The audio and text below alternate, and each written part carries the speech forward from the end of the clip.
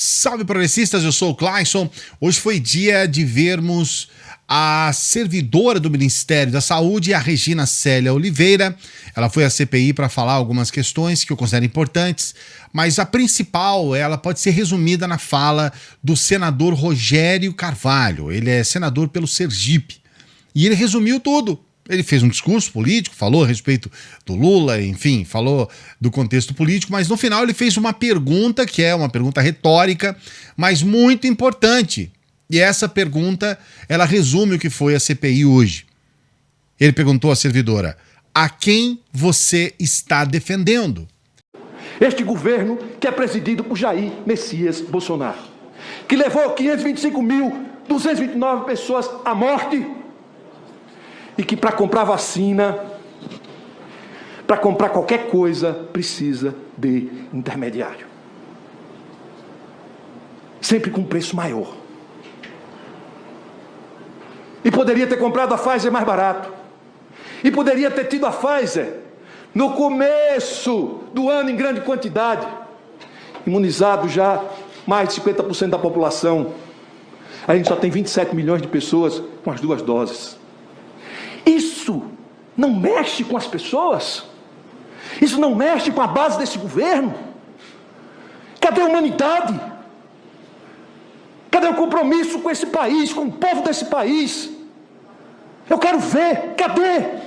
É só discurso, é só conversa. Agora a pergunta que eu deixo para a senhora, espero que a senhora responda: quem a senhora está protegendo? Quem a senhora protege aqui com essa tentativa de confundir?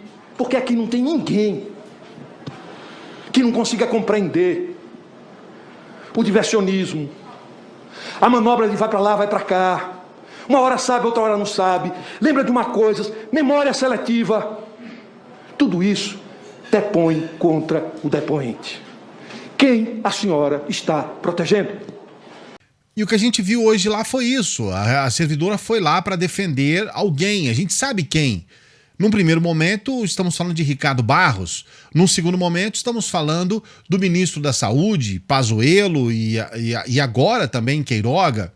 E num terceiro momento, o próprio presidente Bolsonaro. Então ela está lá, ela foi lá para defender. E não só para defender, ela colocou o pescoço dela. Ela colocou o dela na reta para defender essas pessoas. E saiu de lá firme nesse propósito. Ela assume que ela foi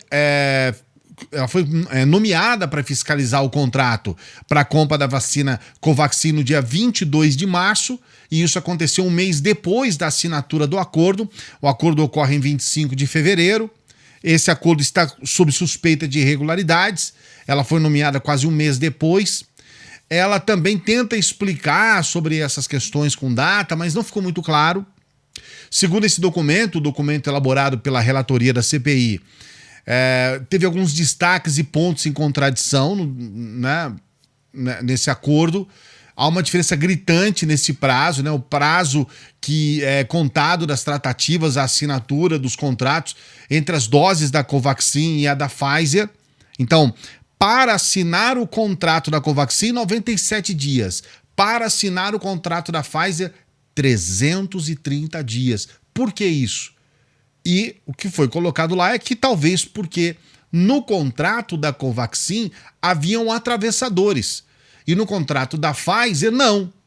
Então essa é a primeira questão. Eu vou tratar também sobre a fala emblemática da Simone Tebet, sempre pedindo para você dar o like aqui no vídeo. O seu like é fundamental. Dê este like para que outros brasileiros possam ver esse vídeo, possam acompanhar o canal. Então você que conhece o nosso trabalho, principalmente você que já está aqui há algum tempo, já se acostumou a entrar aqui e dar o like, o seu like é muito importante. Então dê o joinha aí, por favor, se inscreva no canal, ative o sininho. Todas essas questões ajudam muito o nosso trabalho. A Simone Tebet, ela coloca um documento, e aí eu tenho 2 observações antes da gente colocar a fala da Simone aqui para você. A primeira é com relação ao fato de que esse documento foi apresentado pelo Onyx Lorenzoni no momento, e olha só a importância disso, no momento em que o Onyx Lorenzoni está dizendo que os irmãos Miranda, mais especificamente o Luiz Ricardo Miranda, ele falsificou um documento que ele apresentou na CPI. E aí ele fala, não, e esse documento aqui? E apresenta o documento que a Simone Tebet levou hoje à CPI. E aí tem duas questões importantes. A primeira, a fala do Onyx Lorenzoni não se confirmou. Ele disse que o Luiz Ricardo Miranda falsificou um documento quando não foi falsificado. Então o documento que ele diz ser falsificado é verdadeiro. Agora tem um outro ponto ainda mais maluco ainda. O documento apresentado pelo Onyx Lorenzoni, este sim é falsificado. Então ele apresenta um documento cheio de erros, uma série infindável de problemas nesse documento, erros em que ele troca a palavra price, que seria preço em inglês, para prince, que seria príncipe em inglês, outra palavra. Erros absurdos, erros de inglês absurdos. Uma pessoa analfabeta no inglês escreveu aquilo. São muitos erros. E aí, essa primeira questão ela não é tão relevante quanto a fala da servidora, da Regina Célia. Porque o tempo todo na CPI ela tenta tirar dela a responsabilidade sobre os problemas no contrato. O que significa que, indiretamente, ela reconhece que havia problemas no contrato. Porém, ela diz, olha, eu falo sobre uma questão específica do contrato, não sobre tudo o que ocorre no contrato. Mas nessa questão específica, que seria a quantidade comprada em relação à quantidade contratada, nessa questão específica há um erro no contrato. O contrato trata de 3 milhões de doses e há uma especificação de mais de 4 milhões de doses no contrato. Então, mesmo que ela coloque para um segundo ou para um terceiro momento a responsabilidade sobre os erros no contrato, aquilo o qual ela tinha a obrigação de fiscalizar, ela não fiscalizou. Então nós temos, num primeiro momento, um fiscal que não fiscaliza. Num segundo momento, nós temos uma autorização que não autoriza. Ela diz que autoriza, mas ela diz, olha, tem problemas no contrato. Então é importante você entender o que aconteceu hoje. Nós temos uma pessoa que é investigada no âmbito da CPI, que traz as suas posições nessa questão, em que ela é uma fiscal que não fiscaliza, ela autoriza sem autorizar e entra em contradição numa série de questões. Então hoje realmente, especialmente com relação a essa questão do contrato da Covaxin, parece que mais claro do que nunca de que nós temos uma pessoa que estava lá para ser uma mera burocrata, uma pessoa que está lá para carimbar e assinar e dane-se o resto. Ele tem a marca e o logotipo desenquadrado, não está alinhado em alguns pontos, como se fosse uma montagem.